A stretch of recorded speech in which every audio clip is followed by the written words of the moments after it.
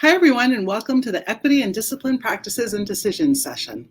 We are really excited to have you here today. I'm Michelle Robins from the National Center for Systemic Improvement, and I'm excited to introduce our speakers in just a moment. But I want to just take a minute to remind you that these sessions, this session continues the equity theme that you've heard throughout the conference. You may have heard it through our opening session, through the session this morning, and also several conversations on behavior and equity that have been occurring. So welcome, and we're going to jump into this so we have some time for questions and answers at the end. So our panelists today include Dr. Ruthie Pano-Simmons. She works at the Michigan MTSS Center, where her work involves collaborating with experts at the national and state levels to provide professional learning, supportive of developing equity-oriented policies and strategic plans that address significant academic and discipline disparities of minoritized student populations. Also joining us today is Dr. Lisa Fox. She's a professor at the University of South Florida, where she's a nationally recognized leader in interventions related to young children and challenging behavior, and the author of many articles, chapters, books related to improving practices and programs for young children.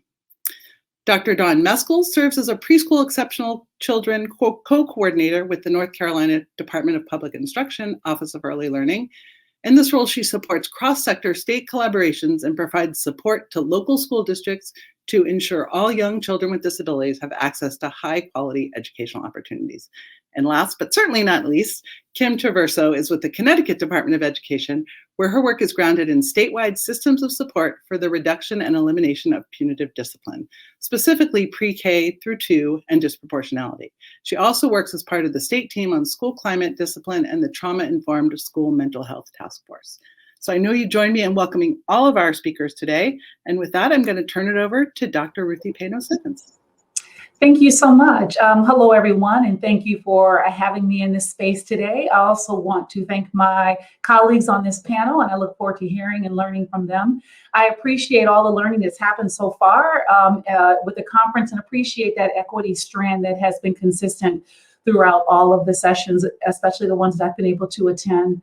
I like to start with the data that guides a lot of the work that I do with partners, whether it's at the LEA or the SEA level, and that is, if you could move to the next slide, that would be just looking at discipline disparities. I know that you all have seen this data, and so I'm not going to spend a lot of time on it, but I keep it in front of me because it keeps things pretty real. It also helps me to see my own lived experience through this data. So when you look, you see 40 years of discipline disparities, and that's what we're working to try to address, to disrupt, right? And so in 1973, I'm a 70s baby. I hadn't started school yet, but already before starting school, I was already on the trajectory to be pushed out of school by the nature of my identity markers. And then 25 years later, becoming a mom and having my firstborn son still be impacted by that data, this data, moving from when I was a student, students looking like me being 2 times more likely to be suspended, to my son being in school and students looking like him being 3 years more likely to be suspended compared to his white peers. And then also today I'm a grandmother and I have a grandson going into 6th grade. And to see that today he's more than 4 times likely, students who look like him, to be suspended from school, pushed out. So a part of that pipeline, school pipeline, prison pipeline is what brings me to this work, keeps me in this work, and wanting to continue to disrupt this work. So I have a personal stake because I care about all of our kids, but also I have a lived experience that tells me we have to give attention to this. If you could move to the next slide, please. One of the things that we have to talk about right away is what are the prevailing assumptions that are associated with these disparities that we tend to see here with regard to discipline. And that is that we tend to focus on fixing certain things. We tend to look and think that poverty is the reason why we have these outcomes. And that's a very popular reason people attribute to these outcomes. And we have to really debunk that and say we know it plays a part in outcomes, but it is not the reason why we see what we see. Another assumption is around families. We hear a lot of educators who are caring and well-meaning say, man, if we could just get those families to do this or do that, if they could just be more involved. And so we're focusing on families. And so if we're focusing on families, if we're focusing on poverty, we're not necessarily paying attention to the ways that our schools may be set up. Another thing that we notice is that then we tend to focus with these assumptions on students. You know, they're just misbehaving more than other students. And these are all deficit constructs that we're kind of focusing through when we do that, because what we're doing is we're looking and we're trying to identify the problem within the student or the family or the environment that the family is coming from. And so we have to really begin to trouble and to problematize these assumptions. If we could move to the next slide, please. Thank you so much. And so we have to understand that if we're focusing on our students and on our families is the reason why we see these outcomes, then we're going to try to fix those areas. And we don't want to focus on fixing our students. We want to focus on fixing our families. We want to begin to look at what is it about our systems that we need to address, right? You cannot fix what you don't name. And there's an article that is a really good article. Carter Skiba and their colleagues wrote this article around 2017. And when I read it, I thought, yes, this really helps us to think about if we're not naming the inequity, whether it's a race-based inequity, whether it's an inequity that's tied to a disability or to another identity marker that has been underserved and not served well by our schools, then we're not going to address those issues. So we have to name what we see in our data when we see it. And so I like when they say you can't fix what you don't name. In the past, we have not named disproportionality as a problem or inequities as a problem. We haven't named it as an educational injustice. We're really starting to do that. And that's really important when we think about our discipline systems, our behavior systems, and how do we make sure we're centering equity in our systems. The naming of the problem has been an emphasis on the achievement gap or on our children or our students themselves as being the problem. And we have to break that. The focus has been on fixing kids. And the assumption really has been looking at these outcomes around the areas that I talked about before. And so we have to remember that we want to make sure that we're moving away from that and looking at what is it that our data is saying about our systems that we want to address. Could you move to the next slide, please? Thank you so much. So really, it's about flipping this switch in our thinking, right? And thinking about our systems and thinking about our practices and acknowledging that 40 years of disparate discipline outcomes really are a reflection not on our students, but on the systems in which our students have navigated. And that may seem like, yeah, we all know that. But when people are looking at data, when people are on boots on the ground trying to support students, that is the flip. That's the switch that needs to be flipped so that we can begin shifting where we're focusing our gaze. The next slide, please. In order to think about it in terms of equity, we want to define educational equity, right? And so educational equity is when educational policies, practices, interactions, and resources are representative of and constructed by the students and the families and the educators in the school community in which schools are situated in ways that are responsive to all of those different individuals in the system so that each individual has access to meaningfully participate in and have positive outcomes. Today, Philip and George, when they spoke, they talked about this one question that they kept coming back to, and that was, how can we create non-aversive schools? And of course, I really appreciated that George built on Philip's talk a few years ago and said, we have to begin to ask students, what do they need? We have to ask students, how are they experiencing school? We have to ask students, what ways can we support them and not make assumptions about what we think or what our vision may be for them, but what is their vision for their educational experience and how they see themselves navigating the systems. And I think Dr. Skelton talked about that the other day, and we had an amazing speaker yesterday who shared that same thing, that her vision for her educational experience was very different from what the schools had, and that was a conflict. So we have to begin to ask our students. And so when you look at those four constructs that are emboldened, you'll see representative of, you'll see access, meaningfully participates, and you'll see positive outcomes. How are those showing up in our systems, and how are we addressing them within our systems? If you can go to the next slide, please. One of the things I see happening, and I think we're shifting from that, and I think it's a really good thing, is that we tend to ask ourselves about disproportionality when we're looking at the work, and that's just one slice of the pie. We have to also flip the switch in our questioning, right? We have to stop looking at the disproportionate outcome only and trying to address that only, and really begin to ask, what is it about our people? What is it about our practices and our policies that are contributing to these inequities that we are seeing? And be willing to look at it and own what we're seeing and what we're learning. We also have to ask ourselves, who is benefiting from the way things are and who is not? And not be afraid to actually act on those things and embrace them. Not seeing ourselves as being people who don't care about our kids, because we're not in this because we don't care about kids. We're in this because we care about kids. And I always say to colleagues that I'm working with, whether it's providing TA provision, coaching, providing professional learning, we did not create these inequities. We inherited them. But we are going to have to be the ones to disrupt them. So it's our turn, it's our time to be able to do that. And so we have to ask these types of questions, and that is a part of flipping the switch. You can go to the next slide. The reason why we have to do that is because we have to come to terms with every system being perfectly designed to get the results that it does. And so if we start focusing on how our systems have been designed, what has been reproduced over time, that it's getting the results that we see, those 40 years of inequity, then we'll begin to think about how are we looking at what it is that we're doing in our systems to make sure that we're designing these systems in ways to support our students. And, you know, I've got a few quotes that really inspired me. I'm inspired by a lot of things that have been said, but I'm really inspired by some of the quotes that started the session off. So for an example, today, Monday, when we opened the session, our Secretary of Education emphasized that school is a second home for students, right? Because it's a place where students spend much of their time. He also asked, how do we make the second home a place where they can thrive, feel safe, and be their authentic selves? How are we designing our systems to get that? He also shared that we have to reimagine our students more deeply. How are we designing our systems in ways that are in alignment with reimagining our students to all be able to have the type of outcomes that we want to see? Mr. Perry talked about how we emphasize the importance of reimagining and reinvesting in our schools. And so how are we redesigning our systems in ways that we can invest in our students to get the outcomes that we want to see?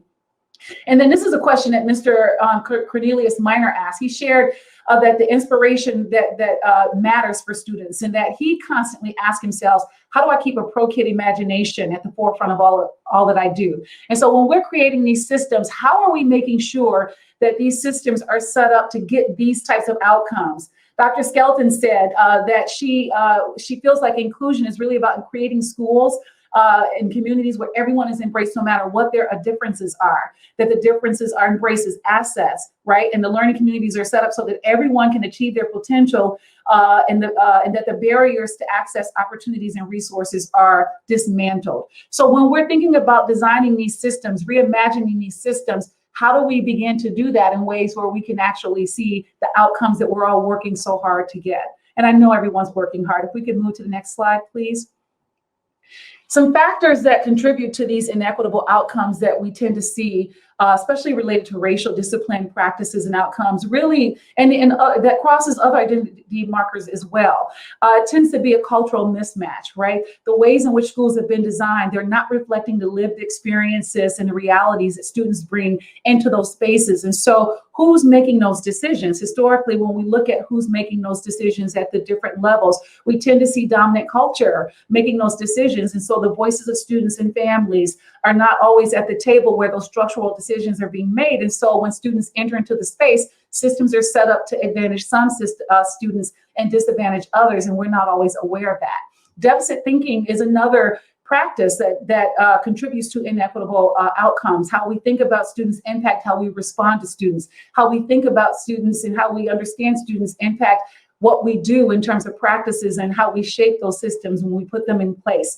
Implicit racial bias is also a huge area that we're all giving attention to, and it's so important.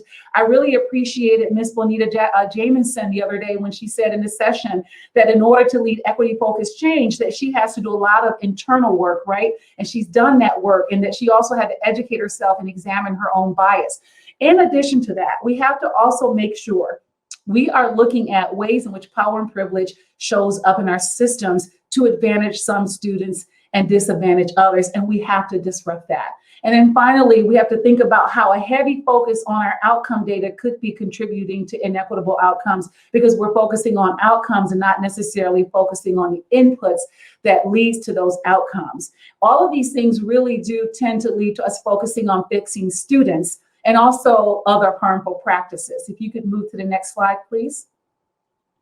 Thank you so much. Some of the harmful practices that I observed in a study that I did in 2014 practices that I saw as a principal, as a classroom teacher, as a parent, really are adding to what we see when we see these outcomes. Scripting and labeling is huge. Scripting and labeling is really huge because it really refers to how the identities of students, especially students of color, students with disabilities, are socially constructed within the school when ideas and beliefs and mental representations of the social interactions become habituated forms of reality that are practiced within social settings in the school systems. And once students are then scripted and their bodies are scripted with what we sometimes label as problem behavior, we start to see our students as a problem rather than those behaviors. And we're not focusing on what is it about our systems that may be creating those behaviors. And so students get scripted, they get labeled. Once they're scripted and labeled, scapegoating starts to happen. And that's really a consequence of scripting and labeling. And it's also connected to deficit thinking. The moment students know that they can just mention another student's name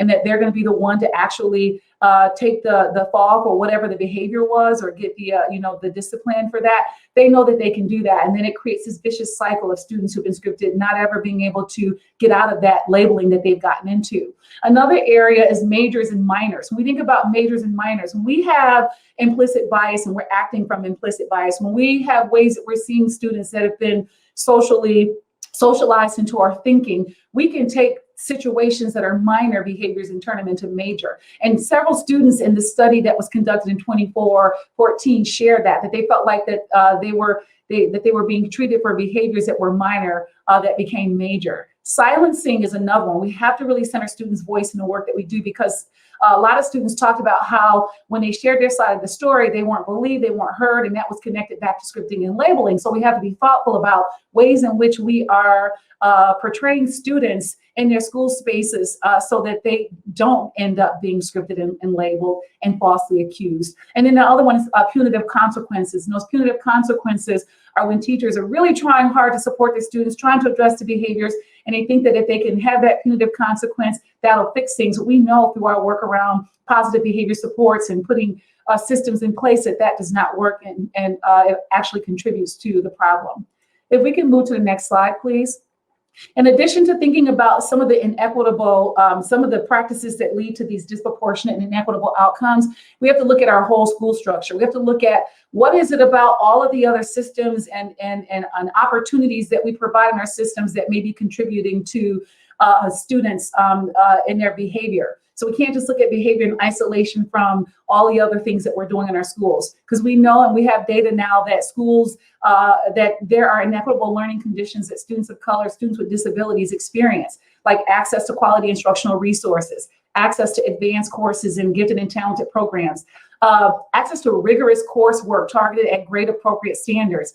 We know that our history books often do not reflect the true lived experience of students of color and rarely reflect students with disabilities. And so how are students seeing themselves represented, if at all, in the content and the curriculum and the materials that we are actually providing and the ways that we set up our classrooms? There's also inequities in access to having experienced, stable teaching workforces. So how are we making sure we're addressing those types of things in our work as we increase and expand in those areas? And then also access to support and services. We tend to see in schools with larger numbers of students of color, more resource officers and fewer opportunities and access to counselors and social workers. So how are we addressing those different areas when we look at the outcomes that we want to see? If we could move to the next slide, please.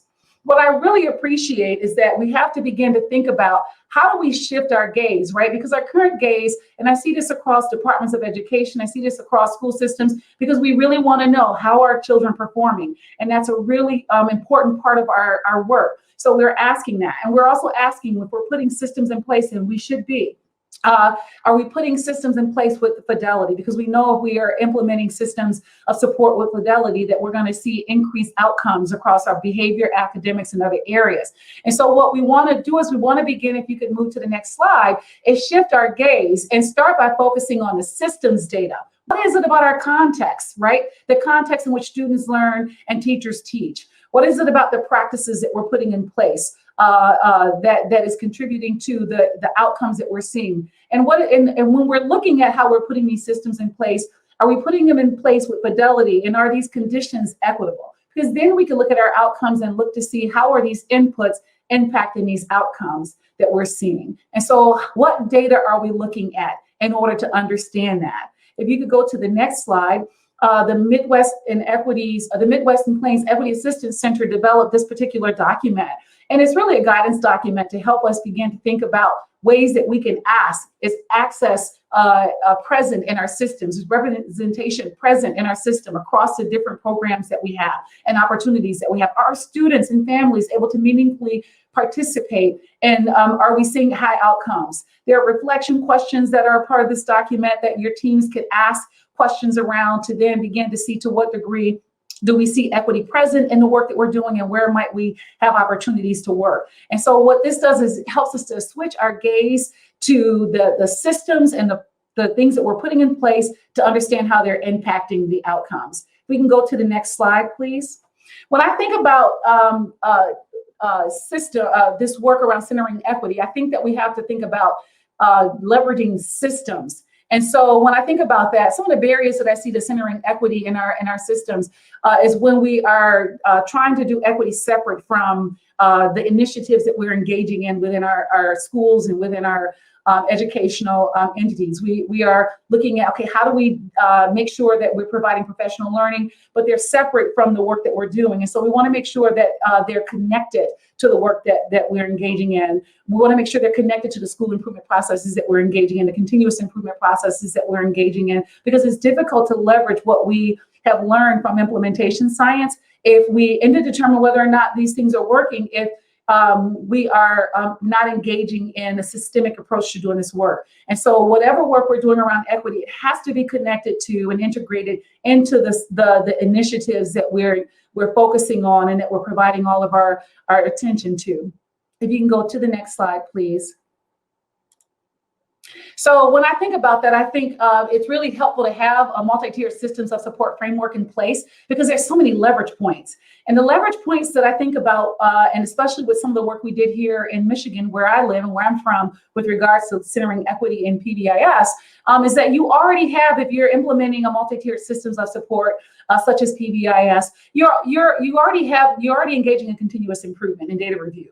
So now you were able to take practices and make sure they're integrated into that process. You're able to look at, are these practices or this professional learning having an impact on the work that we're engaging in? Partners we've worked with here are able to, because they're already implementing positive behavior supports or behavior system where they're looking at data systematically, they're making sure that they're studying the work that they're engaging in, they're providing coaching and professional learning, and a way of making sure that they can see that the inputs that they're putting in, that they're having an outcome. You have leadership teams that are already in place. So you can leverage those leadership teams to engage in learning around equity practices that they could then implement into the leadership roles that they have within their discipline and their behavior systems. The tools and resources, we leverage a lot of tools and resources from the National PBIS TA Center to support implementing PBIS. Those tools also allow us to be able to look at, are our systems culturally responsive? Are they culturally sustaining? As we look at tier fidelity inventory tools, for an example, and look at our systems, we're able to then integrate the practices that we want to around equity into those systems. And then we also can look at how we're allocating resources. Are we allocating resources? We could leverage the allocation of the resources we already have. So you already have a person who's coaching in behavior. That person can also provide coaching and centering equity within behavior. The professional learning can be integrated. If you are already engaging in systematic professional learning, you have a professional learning development plan. So you're looking at, where does the focus on equity fit within that plan? Not fit as if you're making it fit, but where does it naturally integrate? And then how does the strategic planning of your educational entity impact the professional learning, impact the allocation of resources? So you're able to actually look at ways to leverage those existing structures to center equity. Implementation science, because you're engaging so much in that practice, whenever you apply something that you've gained from the equity learning, you're able to leverage implementation science in order to make sure it's being put in place in a way that's going to be sustainable over time. And that does help with integrating equity within the work, rather than it being this new shiny thing that's separate. If you can go to the next slide, I just wanted to kind of end on sharing some examples of outcomes where we centered equity through some pilot work that we did within positive behavior supports. And in this particular graph, you're going to see that it's a line chart showing annual rates of major discipline by subgroup. And the pilot was in 2015, 2016, and the annual rate of office discipline referrals were by subgroup, and these were for major discipline referrals. They indicated a pronounced discipline disparity. And what we saw, and this was between Black and white students, right? And by the end of this 3-year pilot, by integrating equity within existing MTSS structures, PBIS structures, what we saw was that there was a decrease in the discipline gap between Black and white students from 3.95 to 4.3. And that was according to their annual rate of major office discipline referrals. If you can go to the last slide, please. I just want to share a couple of quick recommendations before I pause here and talk about, you can go to the next one, please. Thank you so much. That these are some key practices to consider when we are shifting our gaze and expanding PBIS in ways to center equity or discipline systems, behavior systems, academic systems. You have to define and operationalize educational equity. Everyone has to be on the same page with how are we defining educational equity within our behavior systems. And then we have to align professional learning to those equity efforts to make sure that the learning allows in the coaching supports teachers and administrators in being able to apply those practices. And that professional learning should include cultivating critical awareness so that we can be aware of why we're centering equity in the first place. Also that it allows for adults to critically examine ourselves as actors and participants in this work, the ways in which we show up and how that impact the systems we put in place, but also so that we can critically examine our systems to understand to what degree equity is present and absent. We have to look at disaggregated systemic data to understand how our students and our families are experiencing the school systems. And we have to name the inequities that show up, whatever those inequities are, and then act to disrupt those inequities. And I've seen a lot of different presentations where those strategies are being shared in order to begin to get at that. And then also implement asset-based practices, and culturally responsive and sustaining practices would be an example of that. So thank you for allowing me again to be in this space and time, and I appreciate you.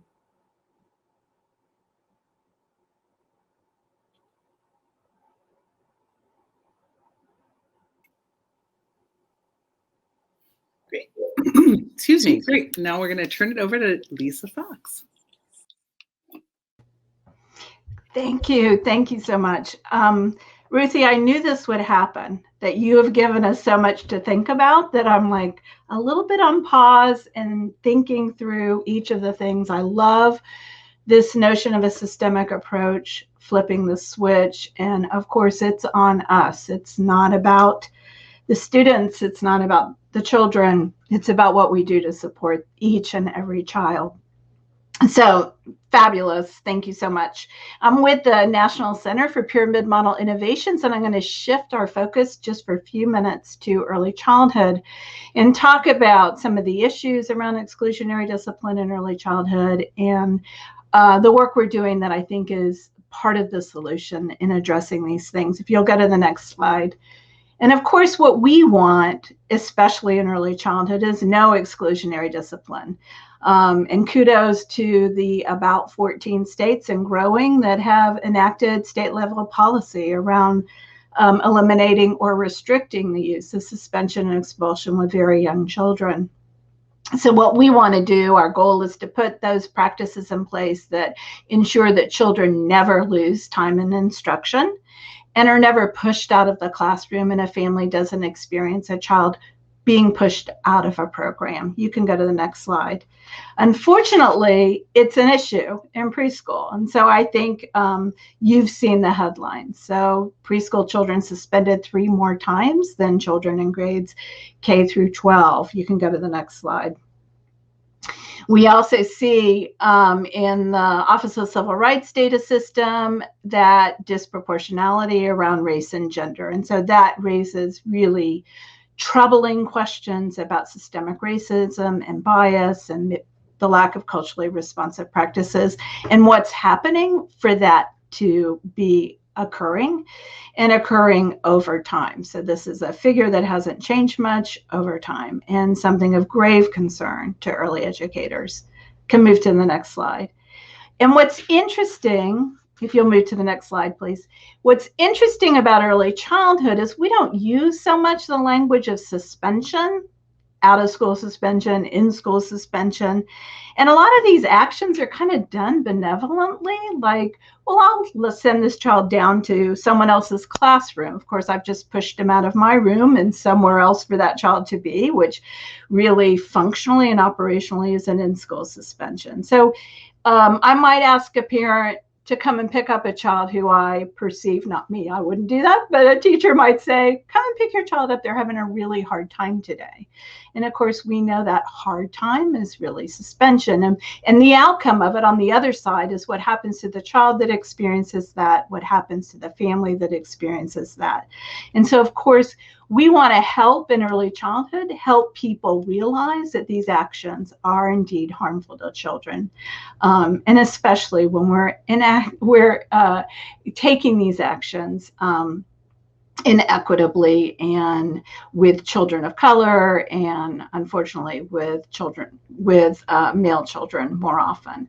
So if you go to the next slide, I want to set a little bit of the context of the solution. So in the National Center for Pyramid Model Innovations, we've been working on bringing an MTSS structure of practices to early childhood programs. And so we have, of course, a promotion, prevention, intervention. So what do we do for all, as George was talking about earlier today? What do we do for some? And what do we do for the few children who are presenting with challenging behavior? You can move to the next slide.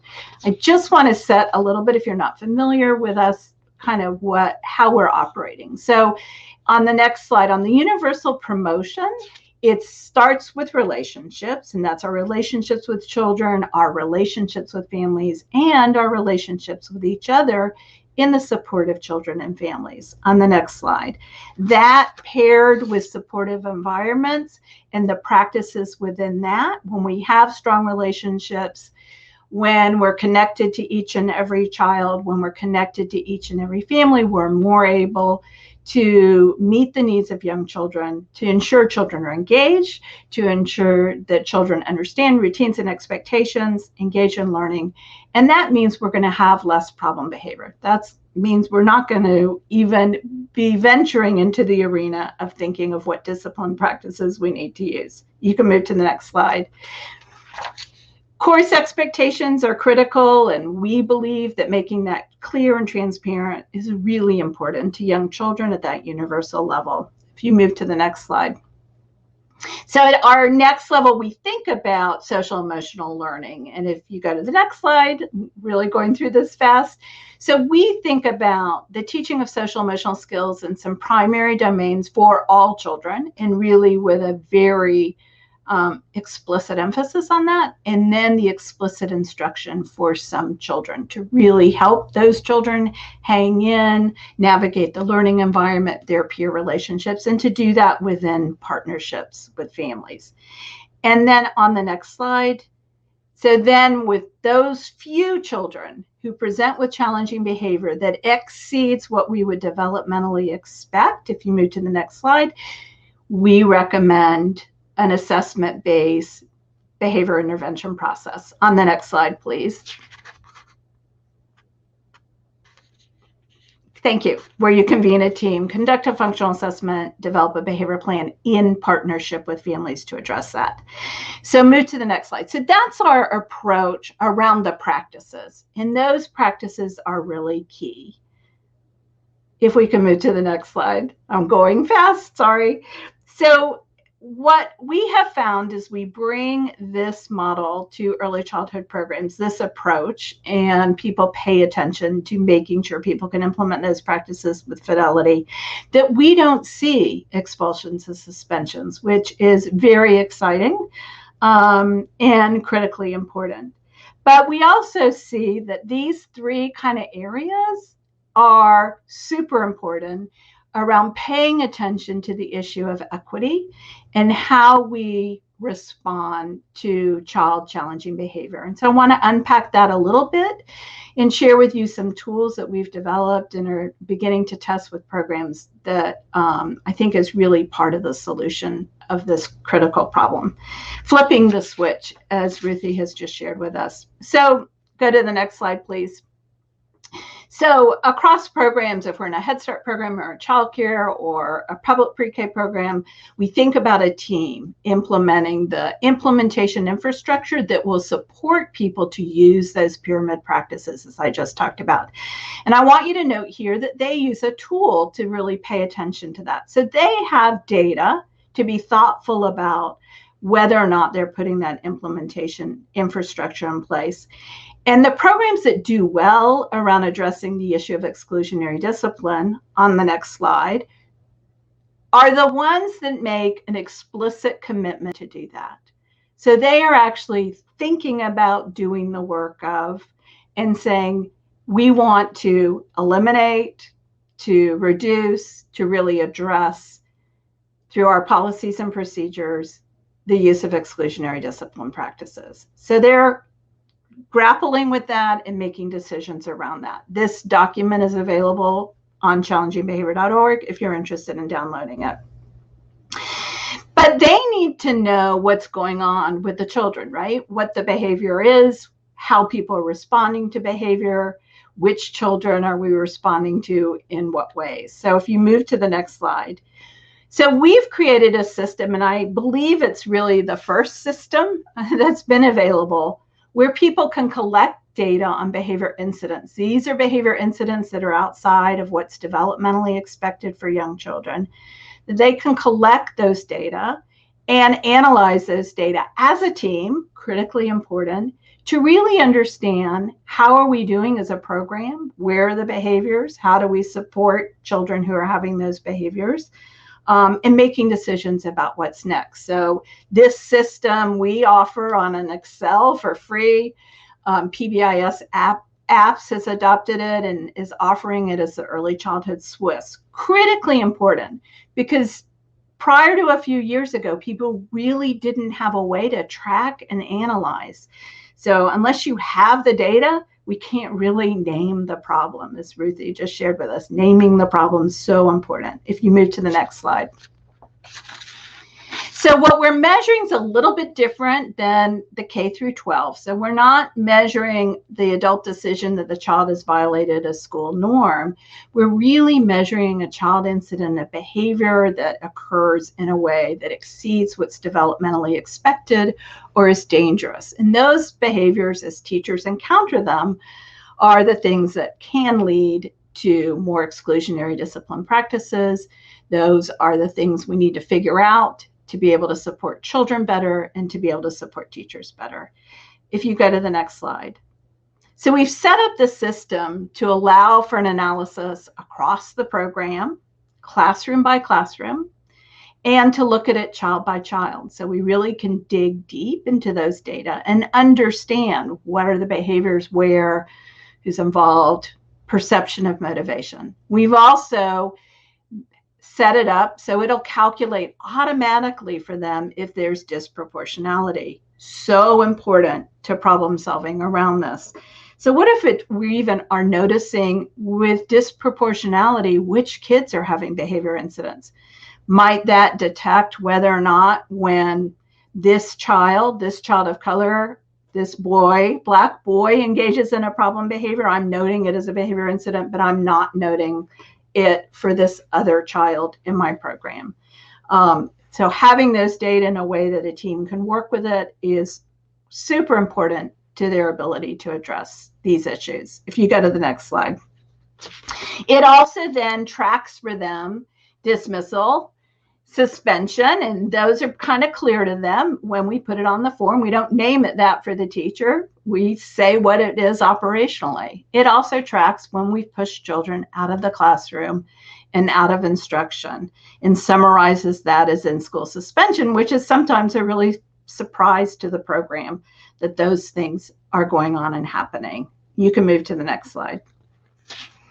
So then it also alerts the team if there's disproportionality. So important for the team to get that alert. And really it is the beginning then of a process of reflection and understanding and figuring out where the issues are and what might we do about it. And so it will alert them if it's disproportional for gender, dual language learner, IEP status, race, ethnicity. Move to the next slide, please. Super important they have the data. The data are only the beginning. The decision-making is part of the process for making a difference. So at this point, then, I know if we have disproportionality. I know a lot about what's going on with our behaviors. And as a team, we can make decisions. Do we need to take action at program-wide at our program level?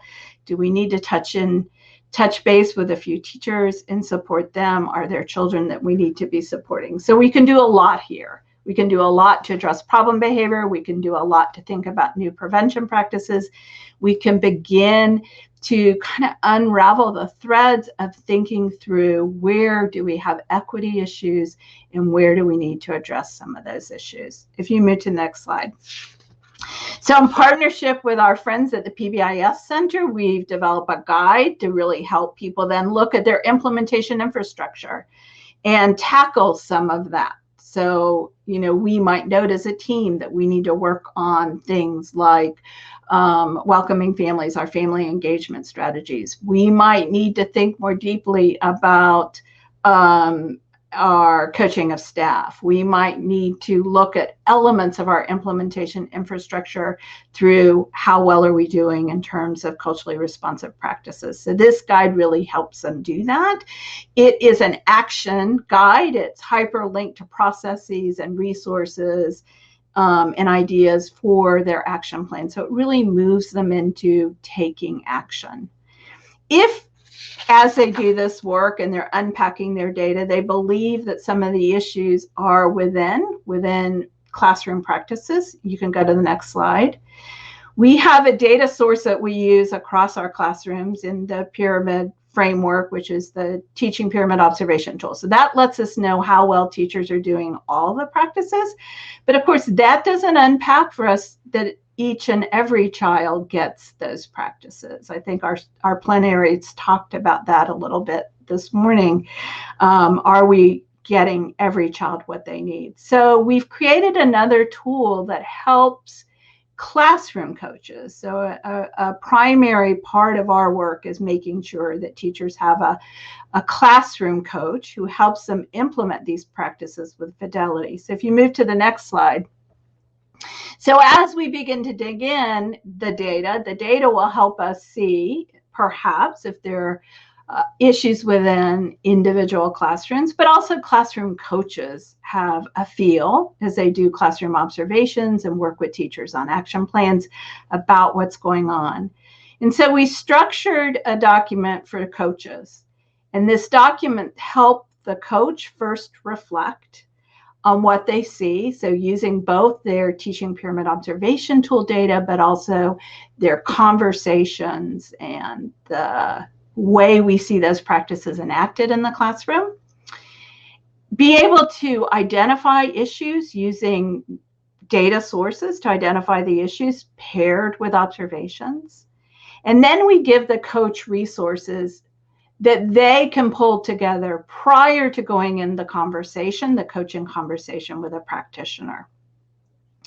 So we are helping that coach prepare through a multiple step process to have a coaching conversation with a practitioner and have resources ready. Most early educators want to know what their coach is observing and are ready to make a change. But we need to provide really robust resources to help them understand how to make those changes in the classroom. Although we also offer how you might have the coaching conversation with a teacher who might not be ready to hear the message around the observations of inequity or bias. So we think this tool is going to be really pivotal in helping people get to the place where we can make a difference in those practices and really get to that critical level, which is how do we change what we're doing so that we can help each and every child. So that's what I had to share. Thank you so much.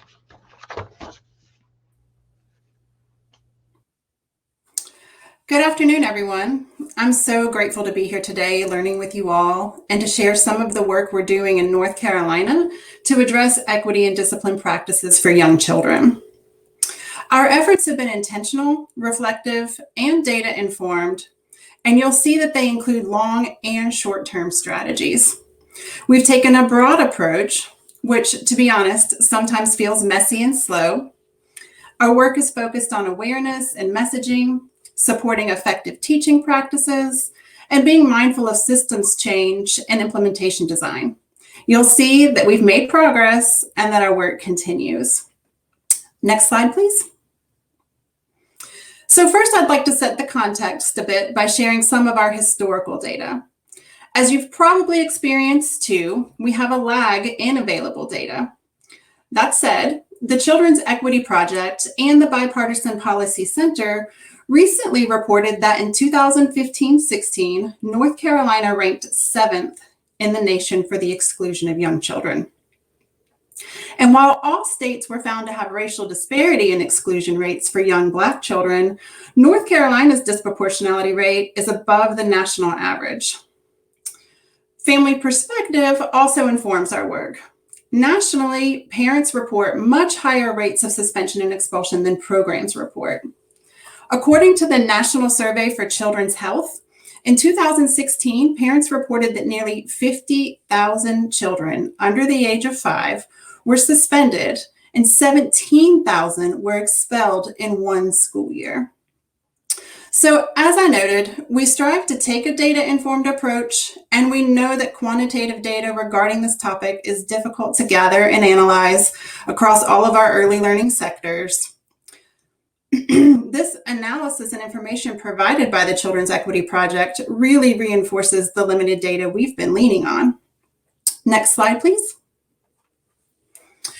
So to begin collectively addressing the issues in early childhood discipline practices and the resulting impact in North Carolina, we worked with stakeholders in 2016 and again in 2018 to consider drafting a policy statement and to develop awareness building resources for our state's early education administrators and teachers.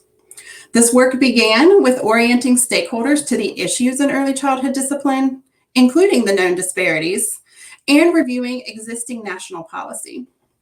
From this effort, a white paper was developed, which was designed to provide a review of the current research and findings on early childhood discipline, specifically exclusionary and harsh discipline, and to introduce new at the time federal reporting requirements, as well as set the stage for the development of a guiding practices document. We also developed an infographic, which you can see here, and we shared that widely. So after much collaboration, in 2019, the North Carolina Guiding Practices in Early Childhood Discipline was released. The release included efforts to support local preschool administrators, including our Head Start and Title I directors, and training key staff, so principals, administrators, teachers. The goals were to continue increasing awareness, highlight the importance of improving teaching practices related to social emotional learning, and ultimately reduce exclusionary practices and increase inclusive opportunities. I was in the field as a preschool program director with the local school district when these resources were released, and I can personally share that they were incredibly valuable in supporting my efforts to advocate for the needed resources and the professional learning support, and to begin shifting mindsets related to adult practices and challenging behaviors in the early years. Next slide, please. So another key strategy for North Carolina is our preschool pyramid model project, which Lisa just described. For us, this work began in 2009 with a small cohort of school districts. You might have noticed that this was several years prior to the guiding practices work I just described. We've been intentionally moving to ensure children are included in early learning classrooms for a long time. Our least restrictive environments data analysis revealed the need to address access to inclusive settings and not just by creating more classrooms that include children with disabilities, but also by addressing teaching practices that support placements in regular early childhood programs rather than other more restrictive placements. Our preschool pyramid model is fully funded by the state set aside from our 619 grant. Funding is provided to the North Carolina Early Learning Network at the UNC Frank Porter Graham Child Development Institute to serve as our professional development network. The NCELN provides our professional learning, program coaching, and implementation support with a focus on building local capacity. So in conjunction, we also use our 619 grant to provide funding directly to participating school districts based on their local implementation plans. This funding supports needs such as travel, classroom supplies and materials, and family partnership activities. Our project is firmly rooted in implementation science and includes an intentional focus on the essential support structures. I've described a few of these already, and I'll touch on others as I continue to share.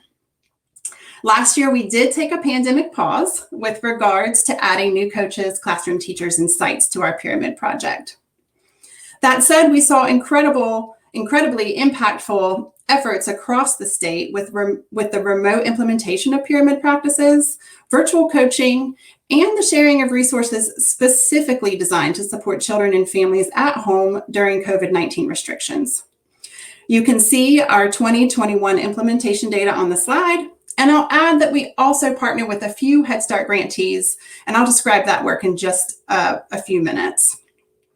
So at the systems level, the pandemic pause allowed us an opportunity to reflect on our scale-up efforts within participating districts and with potentially new districts. We reflected on which districts participate and which do not, with intentional consideration as to why some districts are not choosing to join this effort. We do have a few new districts planning to join us for this upcoming school year, and we're excited to welcome their leadership teams, coaches, and teachers. Next slide, please. So another area of emphasis for us related to equity and discipline has been purposeful professional learning and development. These efforts take our earlier messaging and advocacy activities to the next level, and they're integral to our implementation of pyramid practices. I'll share just a few examples. First, as I mentioned, the NCELN serves as our professional development network. And while pyramid support is a primary focus, this fantastic team also works closely with us to dig deeper into our early childhood education strengths and needs. As we leaned into equity considerations even more with lessons learned during the pandemic, the NCELN launched a professional learning series centered on addressing equity and culturally responsive practices. The series addressed 4 key goal areas: identity, equity, diversity, and action. And within the sessions, there were opportunities for self-reflection, looking at current teaching practices, and identifying culturally responsive practices in working with young children and their families. The NCELN is also offering a new technical assistance opportunity to preschool teaching teams in North Carolina, which builds upon the series I just described. This effort is focused on improving and enhancing capacity for educators to implement resources and practices supporting equity and partnerships with families. It's slated to be a 10-month initiative beginning this fall, and it will bring teacher and teaching assistant teams from across the state together to learn from and share with one another. And as a final example of our professional learning efforts, I'll share a bit about our work with the National Center for Pyramid Model Innovations. We are one of 2 states participating in a TA partnership designed for state program coaches and program-wide pyramid model implementation sites to focus on advancing equity and promoting anti-bias practices in the program. So for North Carolina, our small team has engaged in training, support, and the collaborative development of resources. Our 2 participating school districts will serve as demonstration sites and will provide resources for addressing equity within our state pyramid model implementation. As part of this work, we are particularly looking forward to our demonstration sites. Oh, I think I forgot to say next slide. Yeah, thank you. I'm almost finished. So we're particularly looking forward to our demonstration sites using the behavior incident reporting system that Lisa just described to guide their use of local discipline data and to support program improvement. We're excited to see what we and other local teams can learn from their work. So next slide, please. So as I mentioned, our approach has been comprehensive, and that has included intentional internal partnerships. Our Part B 619 program is housed in the Department of Public Instruction, and while we're seated in the Office of Early Learning, we work just as closely with the Exceptional Children Division. Working across these two divisions allows us to remain directly connected to other early learning programs, which is crucial in our often disjointed early learning world, while also aligning with Part B efforts and initiatives. On this slide, you'll see a few more examples of how we partner internally to consider systems, policy, data, and funding opportunities and decisions.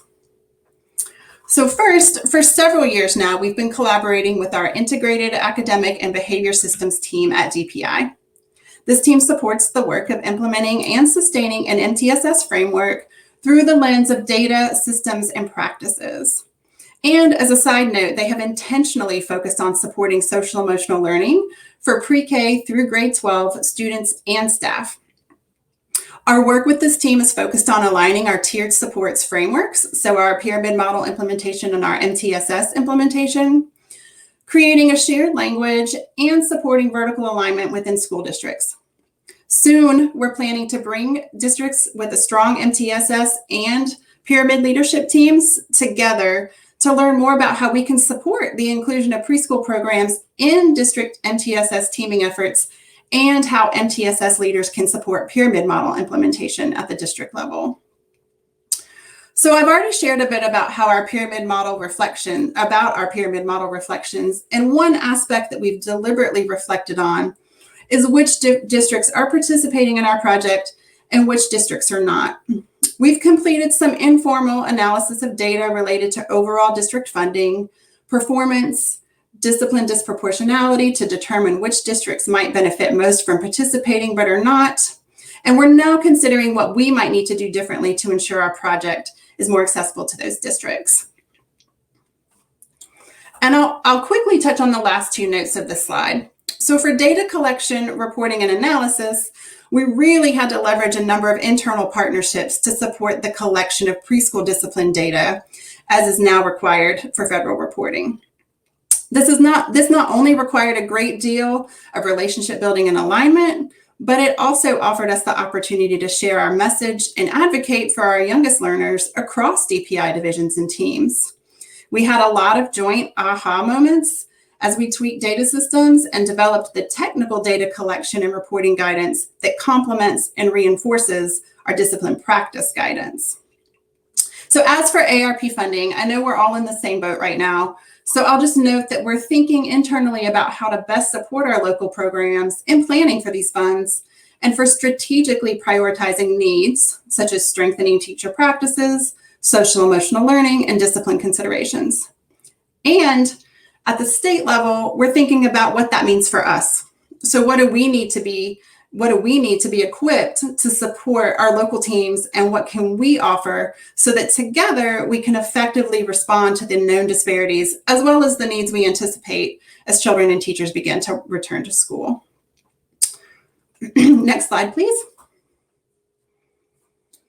So as I wrap up, I'll touch on another fundamental aspect of our state efforts.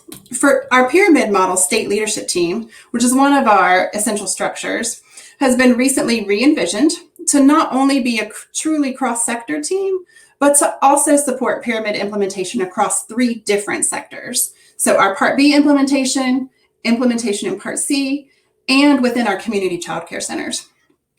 This team is committed to considering how we can collectively support consistent pyramid practices and expectations across all of our sectors, which, as you likely know, includes a variety of programs, funders, and regulating bodies. So no small feat, but critical when we consider that our children are served in a variety of settings. Earlier, I also briefly noted our work with Head Start. So for a few years now, we've been connecting with 3 Head Start grantees to support their pyramid implementation through partnerships at the state level as well as locally. With support from the regional NCELN consultant, These grantees have been linking directly with the pyramid school districts in their regions to support shared implementation planning and professional learning. Another exciting effort for us is a pilot project that is beginning this year. Through our PDG grant, we're joining with our DHHS Division of Child Development and Early Education to pilot the preschool pyramid model in our state-funded pre-K program, both within school districts and in community childcare centers. This effort will expand fidelity implementation of pyramid teaching practices and ultimately reach even more teachers, children, and families. And finally, we're also exploring what pyramid teaching practices can look like in kindergarten, including what state and local supports are needed. We're looking forward to supporting the vertical alignment of these practices as children make a significant transition. Our goals are to ensure successful transitions and kindergarten experiences, thus reducing the use of exclusionary practices in the early grades. So I know that was a lot, and as I said, it can feel messy and slow at times, but we're grateful to have wonderful partners and to be doing the work together as we address discipline disparities in early childhood programs in North Carolina. Thank you all for allowing me to share, and now I think I'll turn it over to Kim. Hi, thank you. Good afternoon, everyone, and thank you for being here. I am honored to be a part of this esteemed panel of women. And before we get started, because there's a wealth of information that we are really taking in, I just want you to just take a moment to just sort of inhale and then exhale before I get started on my next part. And so I am going to actually talk to you today about ensuring equity and excellence for all Connecticut students. It's actually very interesting because we actually have been doing this work for a very long time. And so I want you to know the context of our work. One is that we started this work years ago, and now we are actually really starting to see the trains start to move in the right direction. But it took a lot of coordination to put this together. And so I'm going to try to tell you that story in a few slides. So one is I want to point out the title. As I mentioned, ensuring equity and excellence for all, the language is directly from our State Board of Education Comprehensive Plan. So I just want you to understand that they are also very committed to this process. And then the language in red, when I'm saying recenter, reimage, reframe, reflect, this is really about Connecticut, actually us taking a step back and being reflective on how we're building our systems and building coherence, especially since we have this expectation for our district. So what are we doing as far as the Department of Education internally to build that coherence? And so next slide, please. Sorry about that. Transforming school discipline.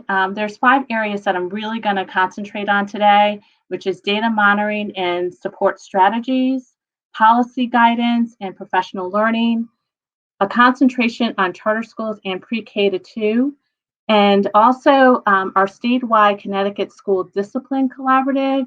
And then we're going to talk a little bit about the equity in social emotional learning and how we're talking about a strength-based approach versus a deficit model. Next slide, please. So I know the slide is very busy, and that was purposeful. Districts have a lot of initiatives that are out there. And actually, I've actually had districts say to me they have initiative fatigue. So the question really is, how do we coordinate our efforts and build coherence and work smarter, not harder? For example, when I go sometimes to districts, I'll hear them say, well, we have a framework for restorative, we have a framework for SEL, we have a framework for climate, school climate. Instead of hearing and hearing all these siloed initiatives, instead of bringing them all together so there is one umbrella, a multi-tiered system of how we're going to support our students in our schools in a systemic approach. Next slide, please. So let's talk about data. Digging into the data and getting at the root cause of disparities and developing action planning and systems work, honestly, is really about internal and external collaboration. I, as one person, could never have done any of this work alone, and you need to have different departments and different expertise at the table in order to make this work. So, for example, when you're talking about a tiered monitoring system, we know very clearly the data shows instructional time, we lose, lower academic performance, there's retention issues, we have dropout issues, we even have our students involved with the juvenile justice system. So reducing exclusionary practices is a matter of not only good practice, but of good policy and good data. We need that good data to inform our decision making. And the only way that we can do that is really breaking down that data and really understanding the story behind the story. And that's disaggregating our data. And so the first thing that I would like to talk about is EdSite, which is our public data system. So anyone across the world could go in and look at our school discipline data. Total transparency. And the reason that we do this is because we want people to be a part of our journey. We want families to know that we're in support of them. We want communities to know that this is happening and that we're going to be part of the decision making and part of a solution. And we look at sanctions, incidents, suspension and expulsion rates. We break it out by race, ethnic background, EL, free reduced lunch, special ed, grade level, and of course, gender, so that folks can actually see over a 5-year period our trend in our data. The other piece that I really am happy about is the early identification tool or indicator tool. And this tool is basically, the goal is for us to have timely student interventions based on supports to help districts understand and put in the right supports for better outcomes for our students. And we concentrate on 5 different areas. One is attendance, suspension, mobility, achievement, and course performance. Now, we know that if a student is disproportionately suspended out of school, they're going to have a chronic absenteeism problem, right? Because that's including excused and unexcused absences. So we need to do that cross tabulation, and we do that. And this way we have early on identifiers so that we can actually start the interventions early rather than later. And I also oversee the Indicator 4, which is our state performance plan. And Indicator 4 is suspension and expulsion. And we have the same expectation. We do not separate that out. So when we ask for a self-assessment from the districts, we are looking at exactly what the districts are telling us, and then we're aligning our professional supports and learning around those particular areas. The other thing is that I just want to talk about the expansion of our partnerships. And this has been really key because we have to really think about what is it that we want our community to know what we're doing. So one is that we're not just internally expanding our partnerships like the academic office, turnaround, performance office, I can go on, special ed, but we're also making sure that collaboration happens in the community and they have a voice. And I'll talk a little bit more about that. So I know I skipped number 4 on purpose because I really want to talk about this, about the multiple data points that we actually use to assess and how we identify our priorities as a state department, and then, of course, the planning of our actions. And so the idea around this, and everyone has said this term, is to be intentional. That is the most important thing, to be intentional and to have a deliberate application of using systems approaches and designing that roadmap to build that coherent system. So we're integrating and aligning these efforts under one structure, as I talked about in the first slide. The second piece is threading that needle across those cascades of support, right? to make sure that there is symmetry. So everyone has been talking about implementation science, and that is part of that. So having that implementation process be customized to those needs. And we know in a particular district, we can have two schools that have different needs, and we need to address that. So we need to really take that deeper dive into our data and understand who our kids are and also who our adults are in the building and what do they need. The second piece that I want to talk about is the hexagon tool, which is from North Carolina University. And the reason why I bring this up is because we use that throughout when we have our conversations with districts. So one is, what is your need? What is the fit? How are you building capacity and supports? Is it the usability of that system or that program? And also, what is the evidence around using that? And the reason why we ask that is because we always go back to the existing programs first and say, why is this program not working? What's going on? And if it's not working, then why do we still have this program in place? But also looking at it, is the program not working is because it's around implementation science. So do we need to make some adjustments in order for it to work? And then also the same criteria for looking at new programming that you want to bring in. Why are you bringing this new programming in, and is it going to address that particular need? And do you have the capacity? So those are some really important things that we really do have to have those conversations with our districts. Next slide, please. Okay, so policy guidance and professional learning. I really want us to sort of, we send out, of course, guidance documents on a regular basis about high rate suspensions. And one of the things that I want you to know too is that we hold ourselves accountable. So we have every year we have a school discipline report that we actually have to present at the State Board of Education. Why? Because we feel that it's important that we're transparent again, and that we're holding ourselves accountable by saying this is what our data was last year, this is our data this year. And I really think that having those conversations is really important publicly. The other thing is that we designed a position statement on reducing disproportionality in suspension and expulsion, and we actually highlighted areas of what a board could do, a local board, what the principal can do, what the superintendent can do, what the families can do, the students and staff. So we identify each of those areas.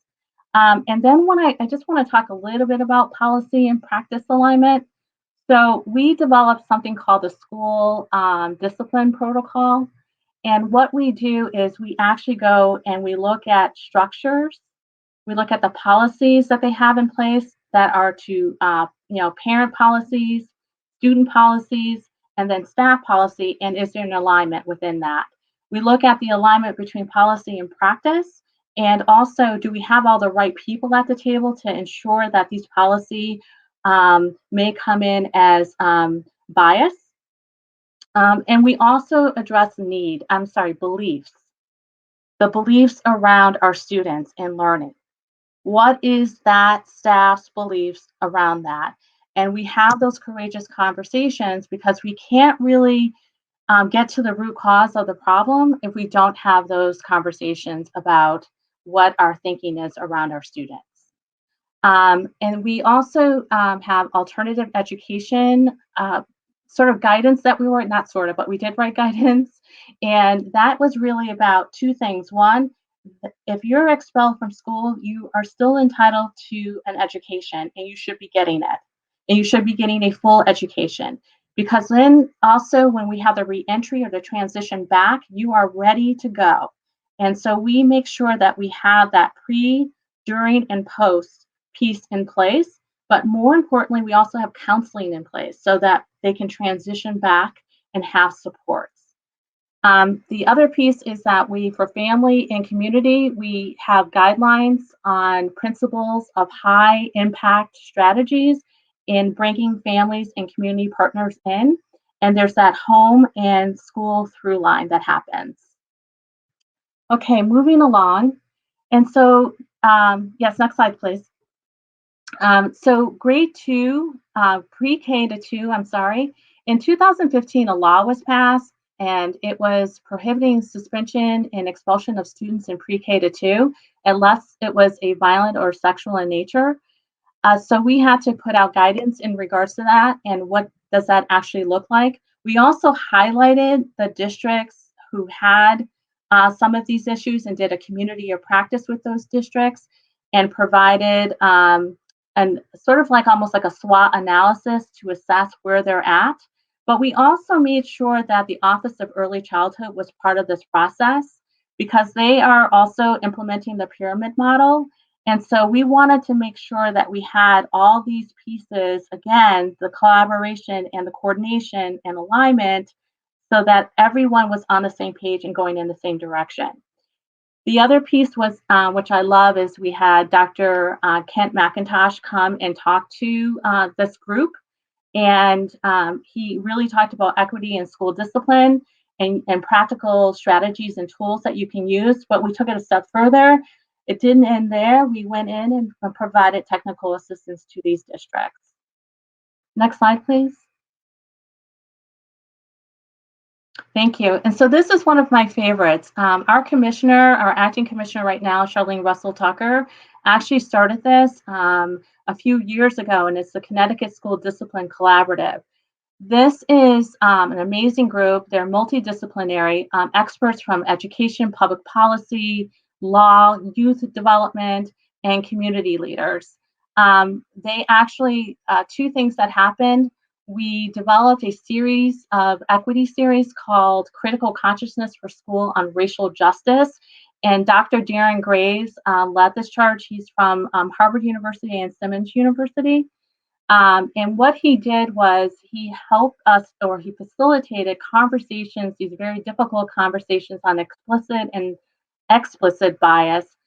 We had discussion groups. We even did an educational policy timeline starting back in the 1800s and how policy today can impact us. And then we also had student voice. So we made sure there's a platform for students to be able to speak and have themselves heard about these issues around school discipline. And we're currently developing a family guide for suspension and expulsion as well. Next slide, please.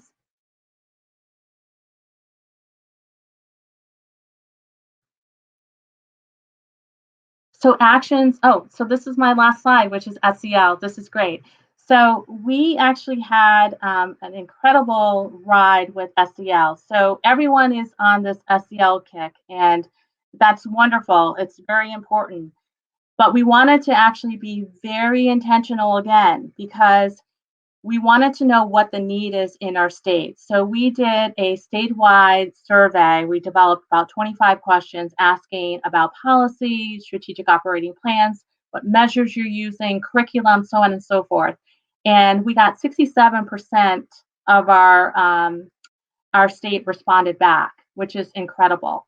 And one of the things that we got out of that group was that a universal screener and a supplement. So the Connecticut actually this past year procured the Devereaux Student Strength Assessment, which is at no cost to districts for anyone who wants to use it at the universal level. And we also have the supplement assessment as well, so that they can use that for tier two assessments. And that actually has been going really well. As a matter of fact, today we're doing one of our info sessions that I'm not attending because I'm here. So, but we're very excited about that. We have, we're a small state. So right now we have 204 schools. We're planning on having a soft rollout. So phase 1, we have about 33 districts that are involved. Then we're planning on 75 more, and then another 100 after that. And then we also are developing, we have a K-3, what Castle calls the competencies. Well, we have them as well, and we have them by grade band. And so one of the other things that we recognize is that 4 through 12, they wanted to have more competencies for those grade levels. So we actually just finished that, and we will be rolling that out very shortly. And so I just wanted to also just quickly say that we have a great deal that's going on in our other departments. And I just put a couple of things on here for 5, 6, and 7 of all the other collaboration that's going on around SEL that impacts our school discipline. But I'm going to wrap it up by just saying this, is that we have to bring all the folks together on that train, and we're all going to be going in the same direction so that we can have coherent systems. Because the end game is really about how well our adults and our children are connected and building relationships. And we can't have SEL, one or the other. We have to have both. And the end game is really recognizing our mission and our vision at the end. Thank you. Wow. I wish we now were in a very cold ballroom in Washington, D.C. together so we could hear your snaps and your claps and your hands and to recognize this fabulous panel. I really appreciate all of you. And we do thankfully have a few minutes. And so we're going to dive right into a couple of questions. Thank you to the audience for submitting them. Ruthie, we'll start with you. With many states limiting teachers' ability to discuss equity issues, how do we still have these important conversations? Oh my goodness, such a complex question and a complex reality that we're living in. I thought about it and I thought, one of the things that we have to do is think about what are the levers within our educational systems, right? What are the levers within our policies and our legislation that we can use? I'm just thinking if I were a classroom teacher, I know that if I'm teaching a certain grade level, I have to cover certain content. If it's with regards to teaching and with instructional practices, if I'm supposed to cover a certain period, I'm going to cover it. That gives me a lever to say I am covering the content that the state standards, the national standards are saying I'm supposed to cover. This is a part of that. And so it's a lever that I can use. I think about organizations such as Teach Plus, which actually empowers teachers through teacher cohorts every year to actually engage with policymakers and legislators at the state and national level to change policies to allow for educators to do their jobs well. And so those cohorts, and I'll put a link somewhere so that you can have access to that. But the cohorts actually go through intensive learning and coaching that allows them to take policies to the state level, to the national level, and work for change. Sometimes we're put in a box and told what we can't do, and we have to remember that we have a vote. We actually have the ability to actually challenge things that are not okay, to say we need to do it differently. And I feel like Teach Plus allows for teachers to be able to do that. And so those are two ways that I thought about it. What are the levers within our systems that we can use to have these conversations? And also, what are ways that we can be empowered to engage at a policy level, at a legislative level, to be able to bring change? The other thing I would say is that we have to think about what our data is telling us. That's another lever. If our data is telling us we have issues we need to address, we cannot address them if we don't talk about them. So because that's a part of our system here in Michigan, we have to do some form of multi-tiered systems of support. As a part of that, we have to use data. If we're looking at data and we're looking at disaggregated data, and it tells us that we need to actually address that, we have to have the conversations around it. So we can always go back to, this is a part of our charge, it's a part of what we're supposed to be doing. And I know that sounds maybe too simplistic, but it's like a beginning step is to reach for those levers and use them as much as possible. Thank you so much. Great advice to just go back to the basics, stick to what we know. Lisa, I'll move it over to you. Pyramid and PBIS have really been around for a long time, but exclusionary practices seem to be getting worse. Are these efforts not working? We have data to show what's working? So I think that's a really interesting question. And I wonder if exclusionary practices are getting worse, or is the visibility of the use of exclusionary practices, is that more, we have more headlines, we have more data, we have more knowledge, and we're particularly paying attention to equity more. I find all those things optimistic, right? That we're uncovering it, that we're putting it out in the open, and we're being critical in our reflection on it. So I don't know if we have data that exclusionary practices are getting worse. I don't feel like that. I know for a fact we don't have those data in early childhood because we have so limited data in early childhood. So, and I don't know the K through 12 data, but I think it's creating more headlines. I think that what we're doing is working harder. We're making it more visible. And even though we've both been around for a long time, PBIS has been around for a very long time. And I think our science is always evolving and changing. We're getting better and better at doing it. We're reaching many more schools. In early childhood, we've just barely touched, although I'm really proud that we have about 30 states that have statewide pyramid initiatives, but those states have low resources in which to do the work and haven't really penetrated how many programs are out there. I know in my local community, we have worked very hard to get implementation sites up and running, and yet there's a large number of childcare and family childcare homes that serve many, many, many more children who aren't being touched by this work. So I think we still need to scale up. I think we need to always go back to the science and keep improving what we're doing, which is what PBIS is doing. We learn from them.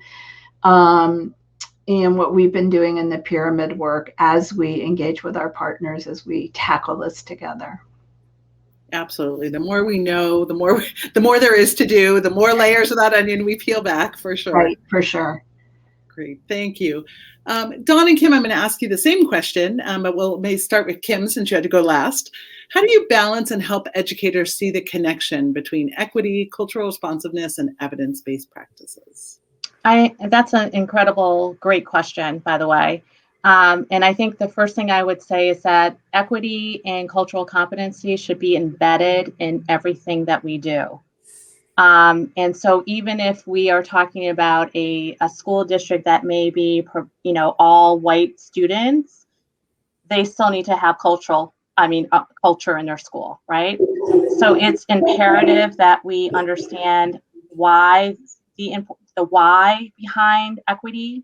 And the second piece is that when we're talking about evidence-based practices and we're talking about how valid it is, how reliable it is, how often has it been done in other settings and school settings, we have to also think about the fact that, is it still the right evidence-based practice for my population of students?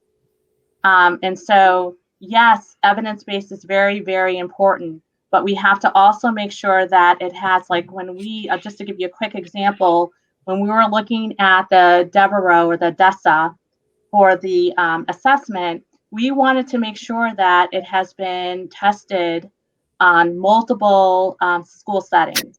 So urban, suburban, affluent, so on and so forth. We wanted to also know when you had questions that came up that may have been biased, were those questions removed? So that is building your reliability, right? And validity into your, into your process. So those are still very important, but it has to be embedded in everything that you do as far as your work, because that is part of the relationship building across the table with student and teacher. And if there's not that connection, kids know, they know how we feel about them. And so it will shine through. So we need to actually make sure that we continue to try to build those relationships and sort of be self-reflective as well. Thank you. Dawn, last word. Yeah, I will be quick, and I'm just going to second most of everything that Kim just said and add. For us, we do focus on being explicit, as Lisa noted earlier in her presentation, and we do lean on our practice tools specifically from the pyramid model, but we know and trust that they are continuously revised with equity and relevance in mind, like Kim was noting. And then we use those tools to really inform and effectively build a coaching relationship. And within that coaching relationship with our teachers in early learning, we focus on keeping the practice and its impact at the center of the conversation so that we can connect the shifts we see as that new practice is implemented. Great. Well, thank you both. And thank you to all of the members of our panel. We really appreciate your presentations today, and we appreciate your engagement. So thank you for joining us. As you know, the resources are available on the conference website. We'll also be posting this presentation on pbis.org. So thanks, Ruthie, for that assist. And all of the resources that were mentioned today by both PBIS folks and the NCPMI are available on their websites. So thank you again for your attention. Thank you again to our presenters, and enjoy the rest of your day.